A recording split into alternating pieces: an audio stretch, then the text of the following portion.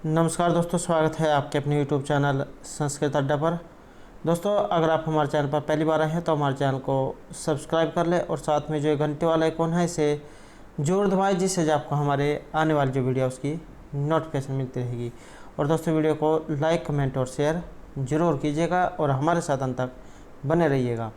और अगर आपने हमारी पहले वाली वीडियो नहीं देखी है तो इसे आप ऊपर कोने में जो 3 डॉट इन पे क्लिक करके आप आई बटन पे पहुंच जाओगे, तो वहां पर जाकर आप हमारी इससे पहले वाली वीडियो को देख सकते हैं, या जो हमारे चैनल की प्लेलिस्ट है वहां पर जाकर अभी तक की जितनी भी वीडियो इन सभी को आप देख सकते हैं। तो और इस वीडियो में जितने भी क्वेश्चन हैं सभी जो यहाँ पर महत्वपूर्ण रहेंगे, क्योंकि पहले भी एग्जामों में इनमें से बहुत से क्वेश्चन पूछे गए हैं, तो सभी क्वेश्चन जो यहाँ पर महत्वपूर्ण रहेंगे। तो हमारा जो फर्स्ट क्वेश्चन है तितिक्षा। तो ये जो शब्द आया है तितिक्षा, ये क्या होता है, इसका अर्थ क्या है? तो इसमें जो सी आंसर है रहेगा ऑप्शन सी, सभी मौसमों को सहन करने का अभ्यास। तो ये कहलाता है तितिक्षा। एग्जाम में जैसे यहाँ पर ये तितिक्षा दिया गया है, शुद्ध करने भी जो कई बार पूछ ले जाते हैं कि किस तरह से तितिक्षा को लिखा जाता है, तो ये भी जो आपने याद रखना है। अगला क्वेश्चन है यहाँ पर जगत का। जगत की उत्पत्ति का जो कारण है इनमें से क्या है? तो जगत की उत्पत्ति का कारण ये माना गया है यहाँ पर ऑप्शन ए, अज्ञान को।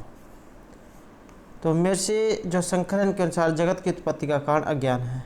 जगत को शंकर ने पूर्णतः सत्य माना है और न भ्रम, बल्कि स्वप्न की तरह मिथ्या माना है, क्योंकि उनके द्वारा कहा गया है कि ब्रह्म सत्य, जगत मिथ्या, जीव ब्रह्म एवं न अपर है, अर्थात ब्रह्म ही एकमात्र सत्य है, जगत मिथ्या है और जीव ब्रह्म अभिन्न है। तो जगत की उत्पत्ति के कारण अज्ञान को माना गया है। नेक्स्ट है यहाँ पर आचार्य विश्वनाथ की काव्य परिभाषिक शब्दावली इनमें से कौन सी है? तो ये जो आचार्य जो है इनके ऊपर भी हमारे द्वारा पहले जो बहुत से जो वीडियो बनाई गए हैं, जिसमें जो इनके महत्वपूर्ण क्वेश्चनों को भी कराया गया है, साहित्य दर्पण और जो आचार्य मम्मट है जैसे, तो इनके बारे में भी जो हमारे द्वारा पहले कराया गया है। तो यहाँ पर आचार्य विश्वनाथ की काव्य परिभाषा शब्दावली पूछा गया है, या इनका जो लक्षण है कौन सा है? तो यह रहेगा यहाँ पर वाक्यम रसात्मकम काव्यम, रसयुक्त वाक्य ही काव्य होता है। एग्जाम में अन्य आचार्यों के काव्य लक्षण भी आ सकते हैं, तो ये भी आपने याद रखना है। जैसे आनंदवर्धन आचार्य है, इनका काव्य से आत्मध्वनि। आचार्य भामा का है शब्दार्थो संहितो काव्यम। आचार्य वामन का है रीतिरात्मा काव्यस्य। आचार्य जगन्नाथ रमणीयार्थ प्रातिपदिक हैं शब्द हैं काव्यम। मम्मट इनका जो काव्य लक्षण है ये तद अदोषव शब्दार्थों से अवगुणों अलंकृति पुनः कवपि। और जो आचार्य कुंतक है इनका रहेगा वक्रोक्ति काव्यम जीवितम। दंडी इनका है शरीर तावद इष्टार्थ विवच्छिन्ना पदावली। राजशेखर गुणवद अलंकृतम च वाक्यमेव काव्यम। भामा शब्दार्थो संहितो काव्यम। रुद्रट ननु शब्दार्थो काव्यम। और जो जगन्नाथ है इनका है रमणीयार्थ प्रातिपदिका शब्द है काव्यम। तो ये जो कुछ आचार्य हैं जिनके काव्य लक्षण एग्जाम में ज़्यादातर पूछ जाते हैं।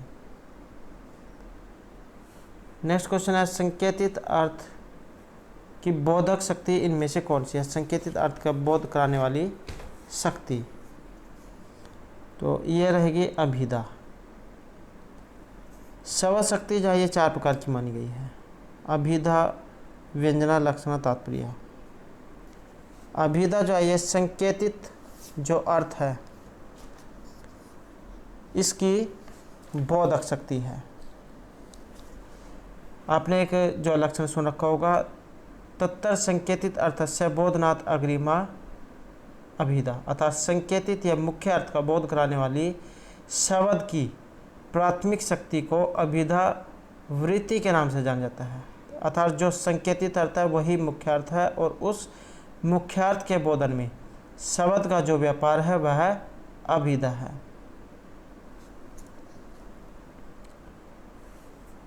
नेक्स्ट है राम लक्ष्मणों।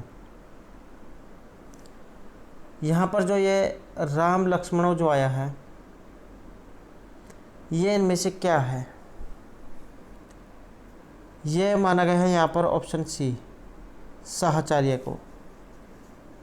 तो साहचर्य क्या है? ये एक व्यंजन है, एक कार्य के साथ साथ रहना, सदृश होना तथा स्वामी भृत्य रूप से साथ रहना आदि साहचर्य के अर्थ हैं। साहचर्य के द्वारा राम लक्ष्मणों, राम तथा लक्ष्मण पद से दशरथ पुत्र राम और लक्ष्मण का यहाँ पर ग्रहण होता है। तो साहचर्य का यहाँ पर लक्षण जो है रहेगा, राम लक्ष्मण व्यंजना साहचर्य। नेक्स्ट क्वेश्चन है यहाँ पर, हितम मनोहारी चाहे दुर्लभम वच है, यह कथन संबंधित है। हितकारी और मनोहर जो वचन होते हैं ये दुर्लभ होते हैं। इस प्रकार की जो सूक्ति है ये एग्जाम में पूछी जाती है कि ये कहाँ से ली गई है। एक तो जो है किरात जन्म से ली गई है। किरात जो है यहाँ पर ये भगवान शिव के लिए आया है। अर्जुन इसमें नायक हैं और नायिका द्रौपदी है। महर्षि भारवी के द्वारा रचित है, भारवी का अर्थ गौरव के लिए जाना जाता है। तो ये बातें कुछ आपने याद रखनी है। मेघदूत महर्षि कालिदास के द्वारा रचित है, खंडों बटा हुआ है। नैसचरित जहाँ हर्ष के द्वारा, इसमें जहाँ 22 सर्ग है, और अभिज्ञान शकुंतलम कालिदास के द्वारा 7 इसमें अंक हैं।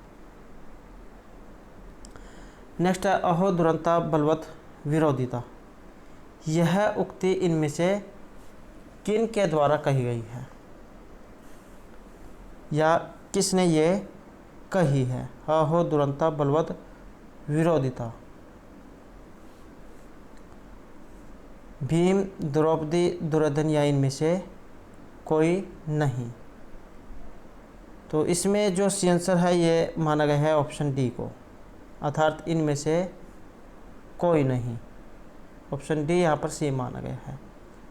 स चिंत्यति एव भ्यत्सव देश्यति अहो दुरंता बलवत विरोधिता, यह जो सूक्ति है दुर्योधन के विषय में धर्मराज युधिष्ठिर से कही गई है। और इसका तात्पर्य है या इसमें क्या कहा गया है कि वह दुर्योधन आपकी अर्थात युधिष्ठिर की ओर से आने वाली विपत्तियों को सोचता ही रहता है। अहो दुरंता बलवत विरोधिता, कि अहो बलवानों से विरोध बड़ा ही दुखांत होता है। अगर आप अपने से शक्तिशाली या बलशाली के साथ लड़ाई करेंगे तो इसमें आपकी निश्चित ही हार होगी। अगला क्वेश्चन है अभिज्ञान शकुंतलम का। यहाँ पर जो अभिज्ञान शकुंतलम आया है इसमें रस, अभिज्ञान शकुंतलम में रस कौन सा है? अभिज्ञान शकुंतलम जो महर्षि जो कालिदास है इनके द्वारा रचित है। 7 इसमें अंक है और जो श्रृंगार रस है इसका इसमें प्रयोग किया गया है। नायक और नायिका इसमें द्वैषंत शकुंतला है। महाभारत का आदि पर्व इसका आधार ग्रंथ है। मुद्रिका चिन्ह के आधार पर इसका नामकरण हुआ है और वैदर्भी रीति और माधुर्य गुण इसमें रहेंगे। और जो अभिज्ञान शकुंतलम है इसमें जो चौथा जो अंक है ये महत्वपूर्ण है। उसके अंतर्गत 4 श्लोक महत्वपूर्ण माने गए हैं। यस्य त्याद्य शकुंतला असमान साधु विचिंत्य, शुश्रूषो गुण कुरु और अर्थो ही कन्या प्रक्रिया। तो ये 4 जो श्लोक इसमें महत्वपूर्ण माने गए हैं। कुछ सूक्तियाँ हैं, पातुम न प्रथम व्यवस्थति जलम, कामी सवताम पश्यति, भवितव्यानाम द्वाराणि भवन्ति सर्वत्र, किम इव ही मधुरान मंडनम न अकृतिनाम, न पर्वतलम ज्योतिरुदयति वसुदातलात् और सत्ताम ही संदेह पदेशु वस्तुषु परमाणुवंता कर्म प्रवृत्तियाँ हैं। तो ये इसकी कुछ महत्वपूर्ण सूक्तियाँ हैं। नेक्स्ट है यह असकृत परगोत्राणाम पदछेद अक्षण क्षम है स। तो ये जो यहाँ पर अलंकार आया है इसमें पूछा गया कि इसमें अलंकार कौन सा आया है। तो इसमें आया है यहाँ पर श्लेष अलंकार। श्लेष अलंकार का लक्षण क्या होता है? श्लेष जो अलंकार है इसका लक्षण होता है श्लेष्टे पदये अनिकार्तावधाने श्लेष इष्यते। तो इसमें श्लेष अलंकार होता है। श्लेष्टे पदये अनिकार्तावधाने श्लेष इष्यते या उच्यते। तो यह होता है श्लेष अलंकार का लक्षण। और उदाहरण है इसका प्रतिकूलता उपपते विधौ, जिस प्रकार से यहाँ पर ये श्लोक आया है। और जो उपमा अलंकार है इसका होता है प्रस्फुटम सुंदरम साम्यम उपमा इति अभिधीयते। और इसका जो उदाहरण है ये रहेगा क्षणात् प्रबोधम आयाति लंघते तम सपुन है निर्वासत प्रदीपस्याद शिखेव जर्तुमति ही। तो ये इसका उदाहरण है। और जो जैसे यहाँ पर यमक अलंकार है इसका लक्षण रहेगा सत्यार्थे पृथक अथवा स्वर व्यंजन संहिते क्रमेण तेने वृत्ति यमक में निगलते। और इसका जो उदाहरण है ज़्यादातर एग्जाम में पूछ जाता है 9++ वनम पुरः सफोट प्रागत पंकजम मृदु लतांत लतांतम आलोकित सा सुरभिम सुरभिम सुमनो भरई। तो यह यमक अलंकार का उदाहरण है। और जो यहाँ पर रूपक अलंकार आया है इसका लक्षण रहेगा तद अरूपकम अभेदो या उपमान उप में यह हो। तो ये जो है इसका लक्षण है। चारों ही जो यहाँ पर ये उदाहरण महत्वपूर्ण रहेंगे। चारों जो ये जो अलंकार हैं वेरी वेरी इंपॉर्टेंट है। नेक्स्ट है किसी प्रकृत अथवा प्रस्तुत वस्तु के अप्रस्तुत वस्तु के रूप में संभावना प्रकट करने पर अलंकार। तो ये जो जहाँ पर संभावना दिखाई गई होगी तो वहाँ पर उत्प्रेक्ष अलंकार रहेगा। उत्प्रेक्ष अलंकार का लक्षण है संभावना मात्र उत्प्रेक्ष प्रकृत से समेनियत, किसी प्राकृत अथवा प्रस्तुत वस्तु की अप्रस्तुत वस्तु के रूप में संभावना प्रकट करना, तो वहाँ पर उत्प्रेक्ष अलंकार होगा। लिम्पति तमंगनि वर्षते व जन्म न है असत पुरुषेव दृष्टि फलताम गतः। तो ये इसका उदाहरण है। अगला क्वेश्चन है यहाँ पर उपमान की अपेक्षा उपमेय की अधिकता या न्यूनता का वर्णन होने पर अलंकार कौन सा होता है। तो उपमेय की अधिकता या न्यूनता होने पर अलंकार, तो इसमें जो माना गया है ये रहेगा ऑप्शन बी, व्यतिरेक जो अलंकार है इसमें माना गया है।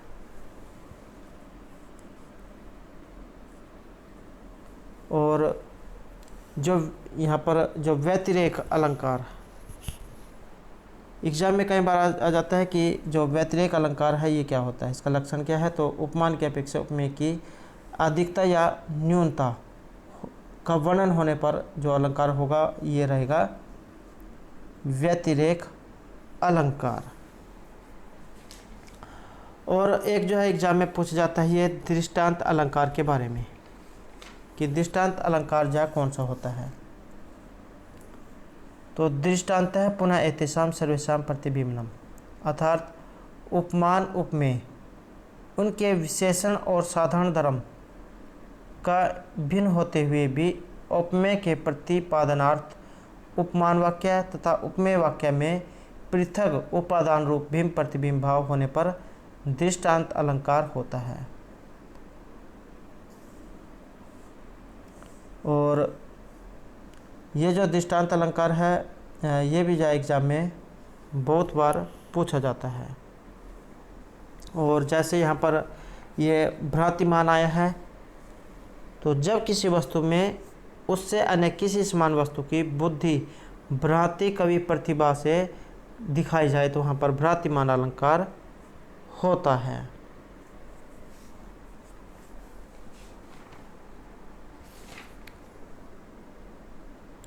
नेक्स्ट है अभिज्ञान शाकुंतलम में विदूषक का चित्रण हुआ है। तो अभिज्ञान शाकुंतलम में ये जो महर्षि कालिदास के द्वारा रचित है, विदूषक का चित्रण इनमें से किस अंक में हुआ है। तो ये हुआ है यहाँ पर द्वितीय अंक में, जो दूसरा अंक है। नेक्स्ट अभिज्ञान शाकुंतलम के किस अंक के प्रारंभ में शुद्ध विस्कंभक का प्रयोग किया गया है। तो यहाँ पर जो शुद्ध विस्कंभक का प्रयोग है ये ऑप्शन सी तीसरे अंक में हुआ है। इसमें कण्व का जो शिष्य है शकुंतला की अस्वस्थता की सूचना प्रस्तुत करता है। नेक्स्ट है नाटकों में प्रवेशक की भाषा होती है, संस्कृत होती है, प्राकृत होती है, संस्कृत और प्राकृत दोनों या इनमें से कोई नहीं। तो इसमें जो नाटकों में प्रवेशक की जो भाषा है ये मानी गई है प्राकृत। और इसके जो पात्र हैं निम्न वर्ग के होते हैं, जैसे नौकर चाकर, चेटिया और द्वारिका आदि। तो भाषा जो है ये प्राकृत रहेगी। नेक्स्ट है साहित्य दर्पण के प्रथम परिच्छेद का नाम। तो ये जो यहाँ पर साहित्य दर्पण जो आया है महर्षि जो विश्वनाथ है उनके द्वारा जो ये रचित है साहित्य दर्पण। 10 इसमें परिच्छेद है, परिच्छेदों में रहेगा। तो यहाँ पर जो पहला परिच्छेद आया है इसमें किसके बारे में कहा गया है? तो इसमें कहा गया है ये और रहेगा ऑप्शन बी। तो इसमें जो काव्य के जो स्वरूप निरूपण जो है ये इसमें बताए गए हैं। सॉरी, ये जो काव्य के प्रयोजन ये इसमें बताए गए हैं। पहला जो परिच्छेद इसमें रहेगा काव्य के प्रयोजन, काव्य के लक्षण। दूसरा परिच्छेद में शब्द और वाक्य की परिभाषा। तीसरे में रस भाव तथा रस संबंधी अन्य संबंधी तत्वों की व्याख्या। चतुर्थ में ध्वनि और गुणीभूत व्यंग्य काव्य। पाँचवें में व्यंजन विरोधियों की समस्त युक्तियों का खंडन। छठे में नाट्य संबंधी महत्वपूर्ण विषय। सातवें में काव्य दोष। आठवें में जो है यहाँ पर जो गुण जो है उनके लक्षण। और 9वें में रीतियों के बारे में। और जो 10वां इसमें अलंकार के बारे में बताया गया है। तो काव्य के प्रयोजन लक्षण जो इसमें पहले में रहेंगे।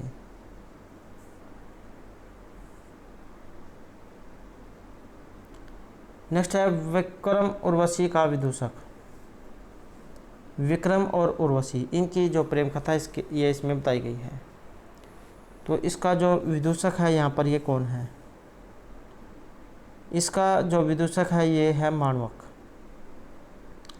विक्रम उर्वशी ये महर्षि जो कालिदास है इनके द्वारा रचित महत्वपूर्ण नाटक है। विक्रम और उर्वशी की प्रेम कथा इसमें दिखाई गई है।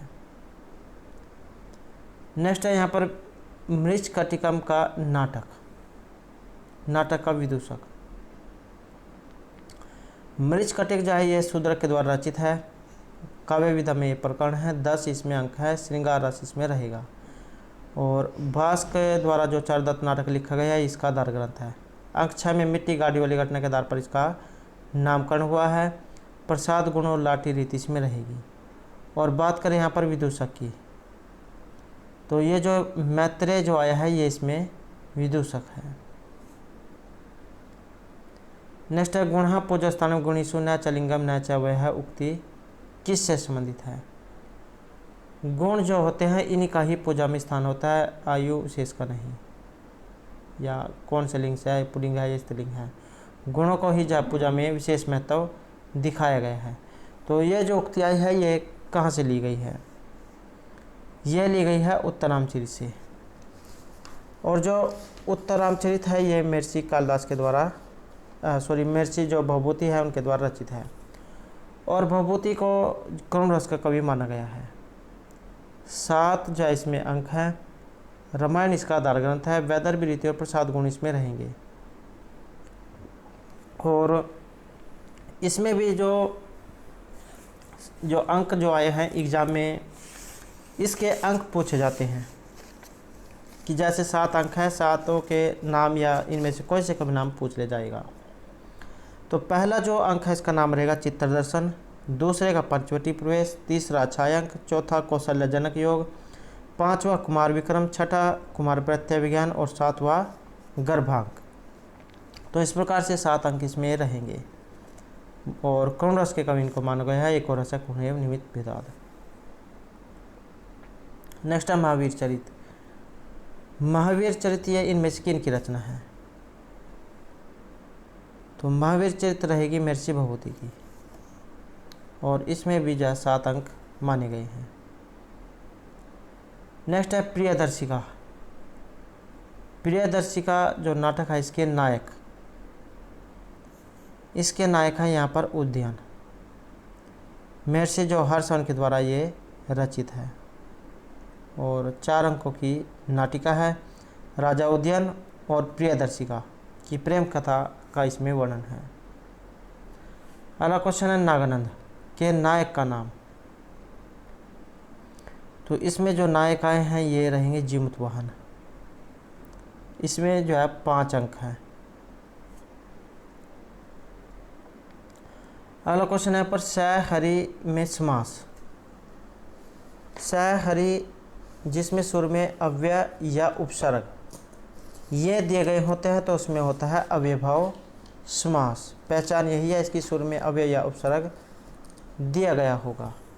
तत्पुरुष में उत्तर पद प्रधान रहेगा, बहुब्री में अन्य, और द्वंद्व में पूर्व और उत्तर दोनों पद प्रधान रहेंगे। 3 इसके भेद हैं, इतरेतर, समाहार और एक शेष द्वंद्व समास। तो यहाँ पर जो सहरी है इसमें अव्ययभाव समास है। इसके कुछ अन्य भी जो महत्वपूर्ण जो उदाहरण हैं जो हमारे द्वारा पहले कराए गए हैं, कुछ उदाहरण जो आप देख लेते हैं, जैसे अधिगोपम, गोपगी अधिशु, अधिहरि, हरिगी अधिशु, उपकृष्णम और कृष्ण गस उपसु, कृष्ण से समीपम इसका जालौकिक विग्रह है। सुमुद्रम, दुर्यवनम, निर्मक्षिकम, अति हिमम, अतिनिंद्रम, इति हरि, अनुविष्णु, अनुरूपम, प्रत्यर्थम, यथाशक्ति, सहरि, अनुज्येष्ठम, सचक्रम, सखी, सतृणम, सक्षत्रम, सघ्नि, पंच गंगम वेरी वेरी इंपॉर्टेंट है, और द्वियमनम दोनों ही महत्वपूर्ण, इनमें अव्ययभाव समास हुआ है। अगला क्वेश्चन यहाँ पर उपराजम का, इसमें समास कौन सा है? तो इसमें जो समास है ये रहेगा अव्ययभाव समास। उपराजम तो राजनगस उपसु, अव्ययभाव समास। और जैसे इसका लौकिक विग्रह आ जाता है तो रज्ञ समीपम, इसका लौकिक विग्रह होगा। उप जरसम आ सकता है, जराया समीपम, जरागस उपसु, ये इसका अलौकिक विग्रह रहेगा। ऐसे ही अध्यात्मम, उपचरम, उपसमीधम, ये इनमें सभी में अव्ययभाव समास हुआ है।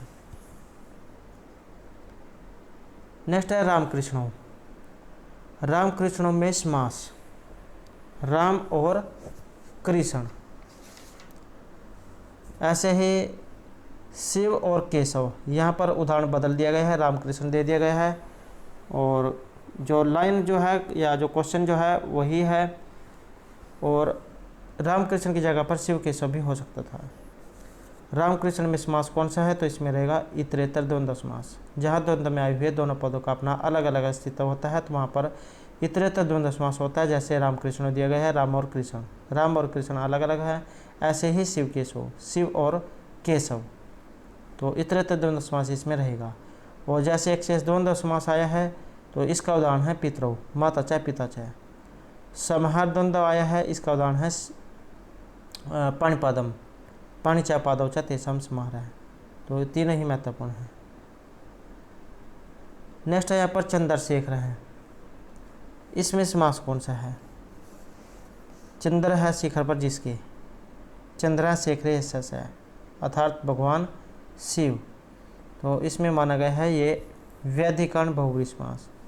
ये जो समास जो है दो प्रकार का माना गया है, समानाधिकरण, व्यधिकरण। समानाधिकरण होगा जिसमें समान विभक्तियाँ होंगी, और व्यधिकरण है जिसमें अलग अलग विभक्तियाँ होंगी।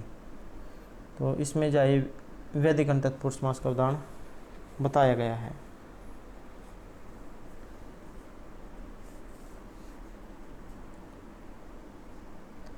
नेक्स्ट है यहाँ पर पितरौ। पितरौ शब्द का विग्रह है, इसका विग्रह होगा माता चाहे पिता चाहे, एक शेष द्वंद्व समास। नेक्स्ट है अब्राह्मण है। अब्राह्मण में कौन सा समास है या इसका जो विग्रह है कौन सा होगा? अब्राह्मण है, न ब्राह्मण है, तो इसमें होगा न तत्पुरुष समास, जिसका पूर्व पद न्य अर्थात न हो तो उत्तर पद कोई संज्ञा या विशेषण हो तो उसे न तत्पुरुष समास कहा जाएगा। जैसे अब्राह्मण है, न ब्राह्मण है। और एक जो यहाँ से पूछ जाता है कुपुरुष हैं और प्राचार्य हैं, तो ये प्रादि तत्पुरुष समास के उदाहरण हैं। कुपुरुष हैं, कुतिस्य पुरुष हैं, और प्राचार्य हैं, प्रगत आचार्य हैं। एक पूछा जाता है उपपद तत्पुरुष समास का, कुंभकार हैं, कुंभम करोति इति कुंभकार हैं, तो ये उपपद तत्पुरुष समास का उदाहरण है। नेक्स्ट है यहाँ पर मातुः नीलयते कृष्ण है।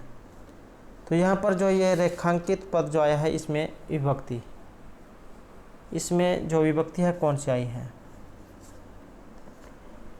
तो इसमें रहेगी ऑप्शन सी पंचमी विभक्ति। येन कई बार इसका जो सूत्र है ये आ जाता है, ये अंतर्धव येन अदर्शनम इच्छति। जब कोई अपने को छिपाता है तब जिससे छिपता है वहाँ पर अवदान कारक पंचमी विभक्ति होती है। मातु नीलियते है कृष्ण है, तो सूत्र आपने याद रखना है, अंतर्धव येन अदर्शनम इच्छति। अगला क्वेश्चन है बाल के भय मिष्ठानम रोचते, तो इसमें कौन सी विभक्ति है? तो जहाँ कहीं भी ये रुच धातु आपको दिखाई दे तो इसके योग में होगी चतुर्थी विभक्ति। रुच अर्थ नाम प्रियमण है, रुच तथा रोच के अर्थ वाली धातु के योग में जहाँ प्रसन्न होने में संप्रदान कारक जो चतुर्थी जो विभक्ति है ये होती है। जैसे शिष्वे किरणकम रोचते या बालकाय मोदकम रोचते, तो चतुर्थी विभक्ति होगी जहाँ पर रुच धातु ये दी गई होगी। अगला क्वेश्चन है जटाव विताप से है, जटाव से पश्चिम मालूम पड़ता है, तो इसमें तृतीय विभक्ति करने वाला सूत्र। जहाँ कहीं भी आपको कोई जो लक्षण दिखाई दे, जैसे दिया गया है इत्थम्भूत लक्षण, ये इसका सूत्र है इत्थम्भूत लक्षण। तो जिस लक्षण से किसी व्यक्ति या वस्तु का ज्ञान होता है तो लक्षण बोधक वहाँ पर तृतीय विभक्ति होती है। जैसे जटाव विताप से, जटाव से पश्चिमी मालूम पड़ता है, तो वेरी वेरी इंपॉर्टेंट ये उदाहरण है। इसके जगह पर एक जो एग्जाम में पूछा जाता है अंग विकार वाला क्वेश्चन, ये अंग विकार है सूत्र है, जहाँ पर अंग विकार दिखाया जाता है तो उसमें भी तृतीय विभक्ति होती है। कर्णेन बधिर हैं, शीर्षक खलवाटा, नेत्रेन कर्ण है, तो उसमें होता है तृतीय विभक्ति अंग विकार में। नेक्स्ट है यहाँ पर भू धातु लुंग लकार प्रथम पुरुष से एक वचन का रूप, तो इसमें बनेगा अभूत। नेक्स्ट है द्रक्षसी क्रिया का लकार, तो इसमें लकार कौन सा आया है? तो इसमें रहेगा ऑप्शन बी, दृश्य धातु है, पश्यति पश्यते पश्यन्ति इसके लट लकार में चलते हैं, और जो लिट लकार है इसमें रूप बदल जाते हैं, तो इसमें द्रक्षति द्रक्षता द्रक्षन्ति रूप चलते हैं।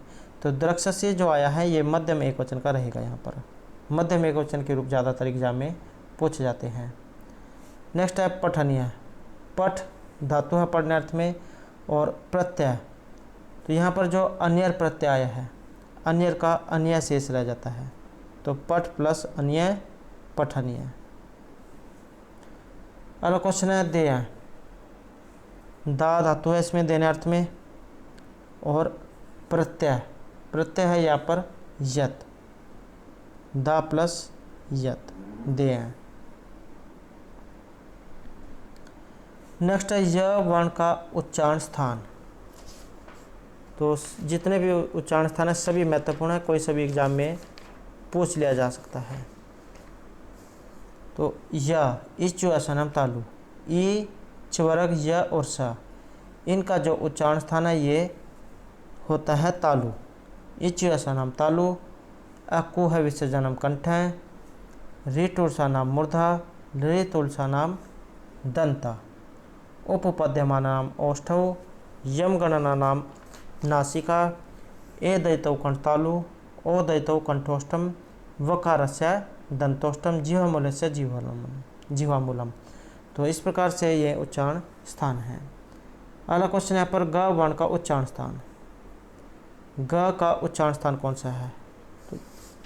तो इसका रहेगा कंठ, अ और कवरग, अ को है विसर्जन नाम कंठ है, तो अ और कवरग इनका उच्चारण स्थान कंठ से होता है, तो अ को है विसर्जन नाम कंठ है।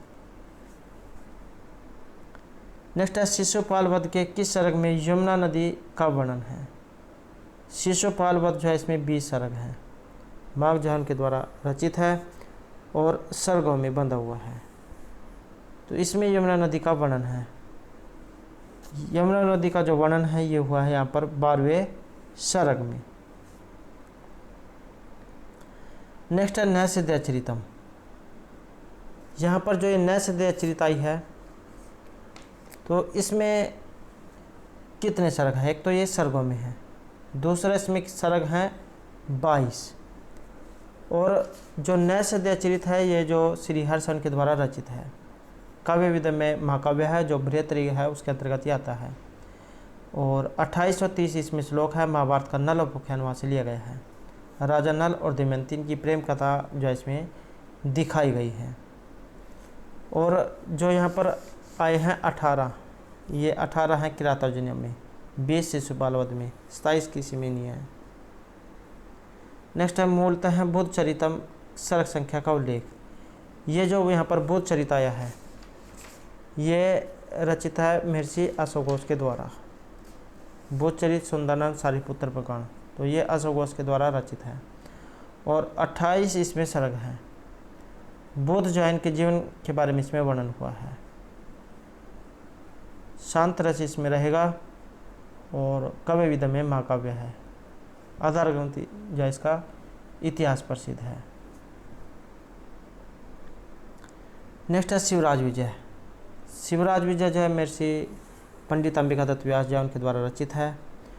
निश्वासों में है, 12 इसमें निश्वास हैं, 3 विराम हैं और प्रत्येक जो विराम है उसमें 4 निश्वास हैं। तो इस तरह से यहाँ पर टोटल 12 निश्वास हैं। सूर्योदय वर्ण से इसका प्रारंभ होता है। नेक्स्ट है तिलक मंजरी। तिलक मंजरी इनमें से किसके द्वारा रचित है, किन की रचना है ये? तो तिलक मंजरी जो है ये रहेगी यहाँ पर धनपाल की और 1973 ईस्वी के लगभग जो इसकी रचना मानी गई है।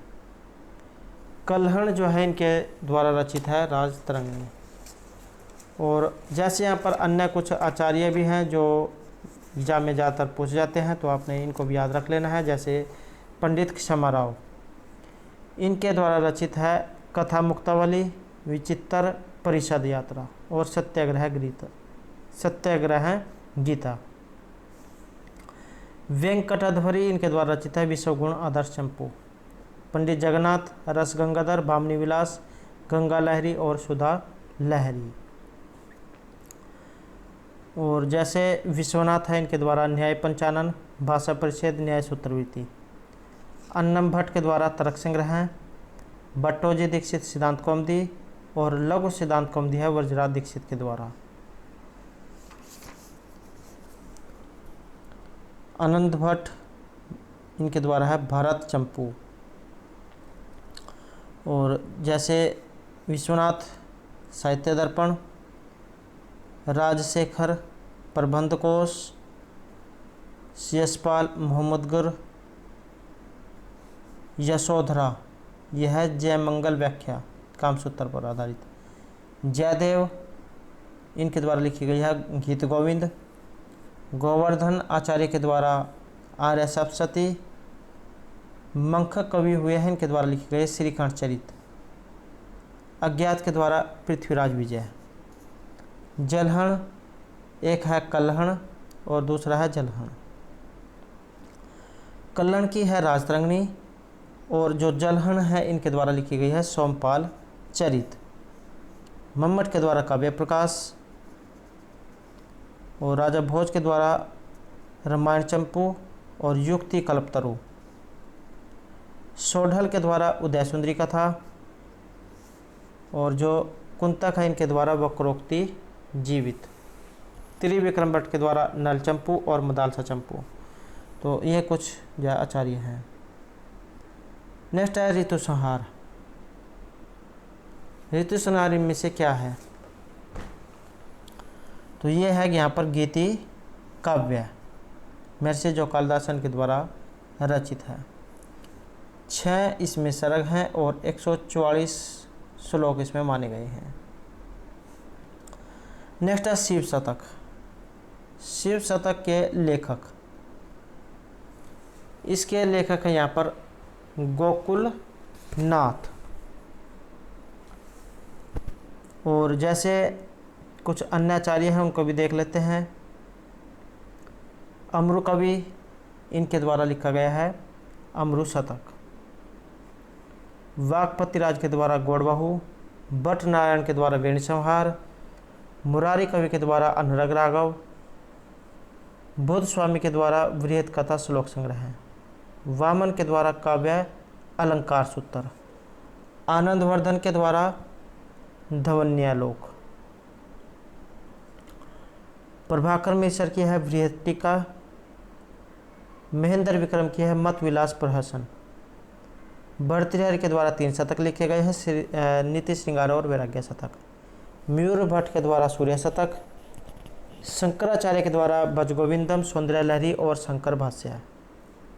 भट्टी के द्वारा रावणवध या जो भट्टी काव्य है। और जो उद्योतकर है इनके द्वारा न्याय वार्तिक। आर्यसूर के द्वारा जातक माला।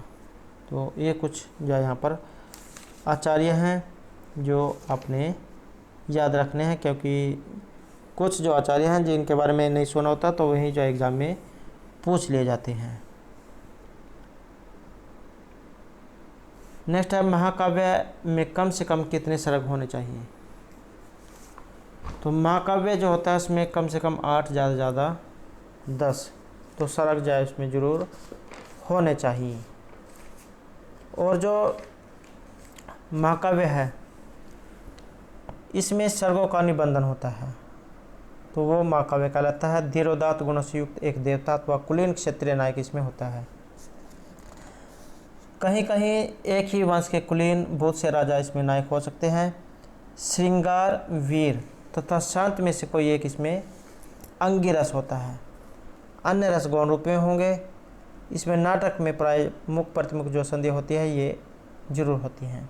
कथा वस्तु ऐतिहासिक या लोक प्रसिद्ध सज्जन संबंधी होती है। धर्म, अर्थ, काम, मोक्ष इनमें से एक चतुर्वर्ग जरूर होता है। कथा का जो प्रारंभ है आशीर्वाद, नमस्कारात्मक या वर्ण वस्तु का निर्देश होता है। और न तो बहुत छोटे और न ही बहुत बड़े, लेकिन कम से कम 8 सर्ग इसमें जरूर होते हैं। प्रत्येक सर्ग का अंतिम छंद भिन्न होता है। कहीं कहीं एक ही सर्ग में अनेक छंदों का प्रयोग भी देखने को मिलता है। सर्ग के अंत में अगली कथा की सूचना दी जाती है। नेक्स्ट क्वेश्चन है यहाँ पर सभी रूपकों का सामान्य लक्षण किस रूपक के समान है। तो ये है यहाँ पर नाटक के समान। और ये जो यहाँ पर रूपक आए हैं, रूपक कितने हैं, एग्जाम में ये भी क्वेश्चन पूछ जाता है। तो रूपक के 10 भेद माने गए हैं। नाटक, प्रकरण, भाण, व्ययोग, समकार, डिम, इहमृग, अंकविति और प्रहसन। नेक्स्ट है संस्कृत नाट्य शास्त्र में रूपक के भेद। तो रूपक के 10 भेद हैं। नेक्स्ट है संस्कृत नाट्य शास्त्र में उपरूपक। तो उपरूपक हैं 18। नाटिका, त्रौटा, गोष्ठी, सट्टक, नाट्य रासक, प्रस्थान, उलाप्य, काव्य, प्रेक्षण, रासक, समलापक, श्रीगदित, शिल्प, विलासिका, दुर्मल्लिका, प्रकरणी, हलीस और भणिका। नेक्स्ट है निम्नलिखित में से किसका मत है कि संस्कृत नाटकों की उत्पत्ति स्वांगवाद से हुई है। तो ये मानी गई है यहाँ पर ऑप्शन सी, प्रोफेसर हिलब्रांड और स्टेनकोनो के द्वारा। इनका मानना था कि ये जो रामायण और महाभारत है इन्हीं से ही सभी नाटक निकले हैं। और अगर आप कोई से भी नाटक उठाकर देख लो तो उसका जो उत्पत्ति आधार है, आधार ग्रंथ, यह तो रामायण है या महाभारत है। नेक्स्ट है प्रयाग प्रशस्ति। ये इनमें से किन की रचना है।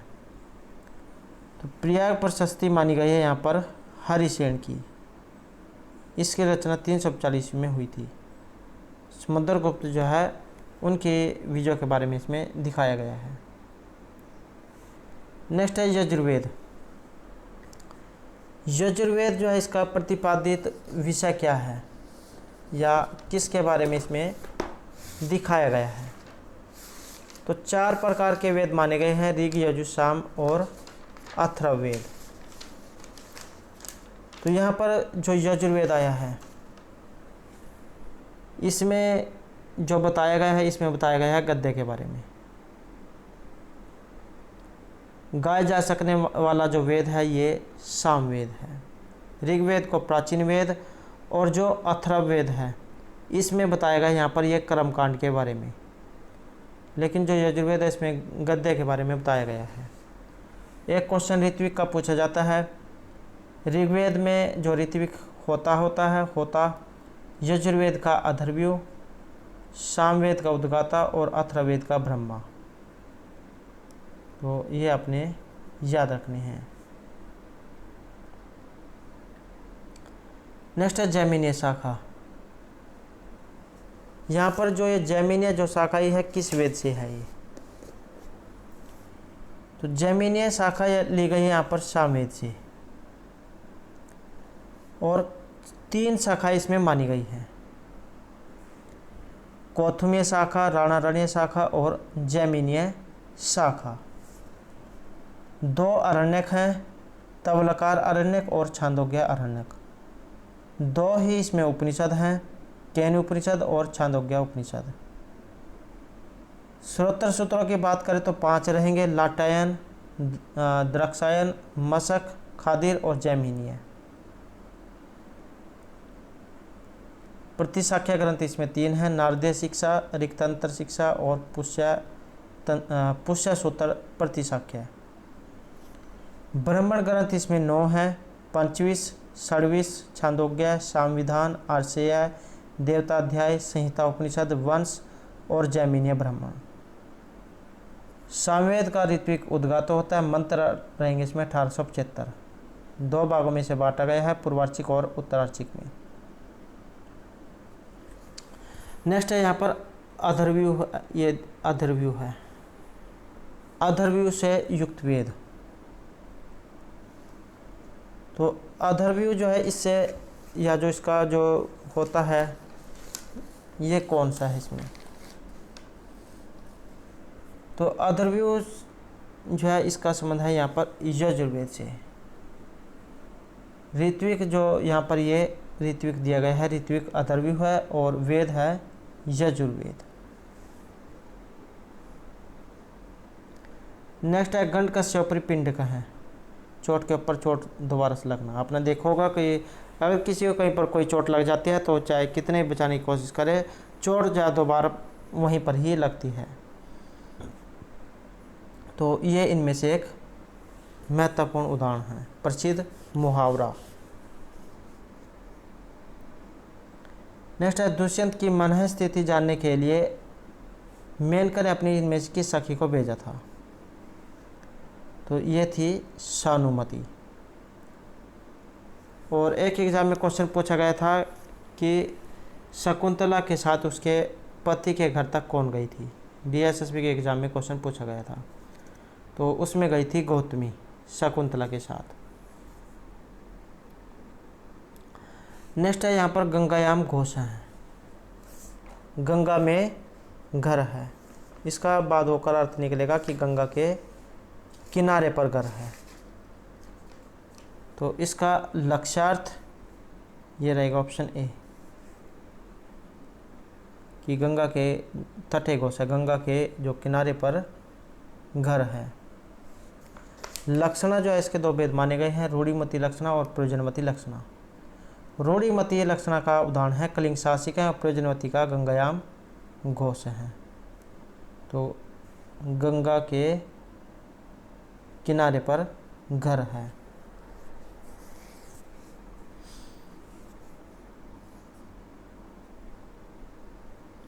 नेक्स्ट है मेघे माघे गतम वया है। यह सूक्ति किस विद्वान के द्वारा कही गई है? मेघे माघे गतम वया है। महाकाव्य के अध्ययन में और मेघदूत का आनंद लेने में सारी उम्र बीत जाती है। तो ये कहा गया है यहाँ पर मल्लिनाथ सूर्य के द्वारा। नेक्स्ट है विक्रम उर्वशी के नायक। विक्रम और उर्वशी, इसके नायक है यहाँ पर पुरूरवा, राजा पुरूरवा और उर्वशी। तो इनकी प्रेम कथा इसमें बताई गई है, कालिदास के द्वारा ये रचित है। नेक्स्ट है पाणिनि शिक्षा में ध्वनियाँ कितने सर्गों में विभक्त है? तो ये है 5 में। अगला क्वेश्चन है घोषवती वीणा का संबंध किस नाटक में हुआ है? तो इसका जो वर्णन है ये हुआ है स्वपनवास दत्तम में। और यहाँ पर जो ये स्वपनवास दत्तम आया है, भास के द्वारा जो 13 नाटक लिखे गए हैं उनमें से एक है स्वपनवास दत्तम। 13 नाटक जो लिखे गए हैं ये कौन कौन से हैं? स्वपन वासदत्तम, प्रतिज्ञा योगेंद्रायण, दरिद्राचार्य दत्त, एवी मारक, प्रतिज्ञा अभिषेक, बालचरित, पंचरात्र, मध्यम योग, दूत वाक्य, दूत घटोत्कच, कर्णभार और उरुभंग। तो ये जो यहाँ पर 13 नाटक इनके द्वारा लिखे गए हैं। बात करें यहाँ पर स्वपन वासदत्ता की, 6 इसमें अंक हैं, 57 इसमें श्लोक हैं। नायक इसमें उदयन है, नायिका है वासुदत्ता। और आधार ग्रंथ इसका इतिहास परसी तथा कविकल्पित है। वसंतक इसमें विदूषक है। नंदी की जो योजना उसका इसमें अभाव है। भास के जो सभी नाटक हैं ये सूत्रधार से प्रारंभ होते हैं।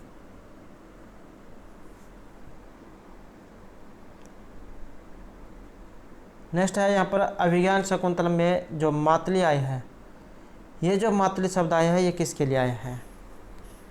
तो मातली जो आया है ये रहेगा यहाँ पर इंद्र के सारथी के लिए।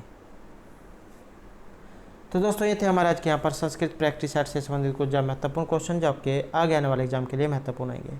और दोस्तों अगर आपने अब तक हमारे चैनल को सब्सक्राइब नहीं किया तो सब्सक्राइब कर लें और साथ में जो घंटी वाला आइकॉन है उसे जोर दबाएं, जिससे आपको हमारे आने वाली जो वीडियोस की नोटिफिकेशन मिलती रहेगी।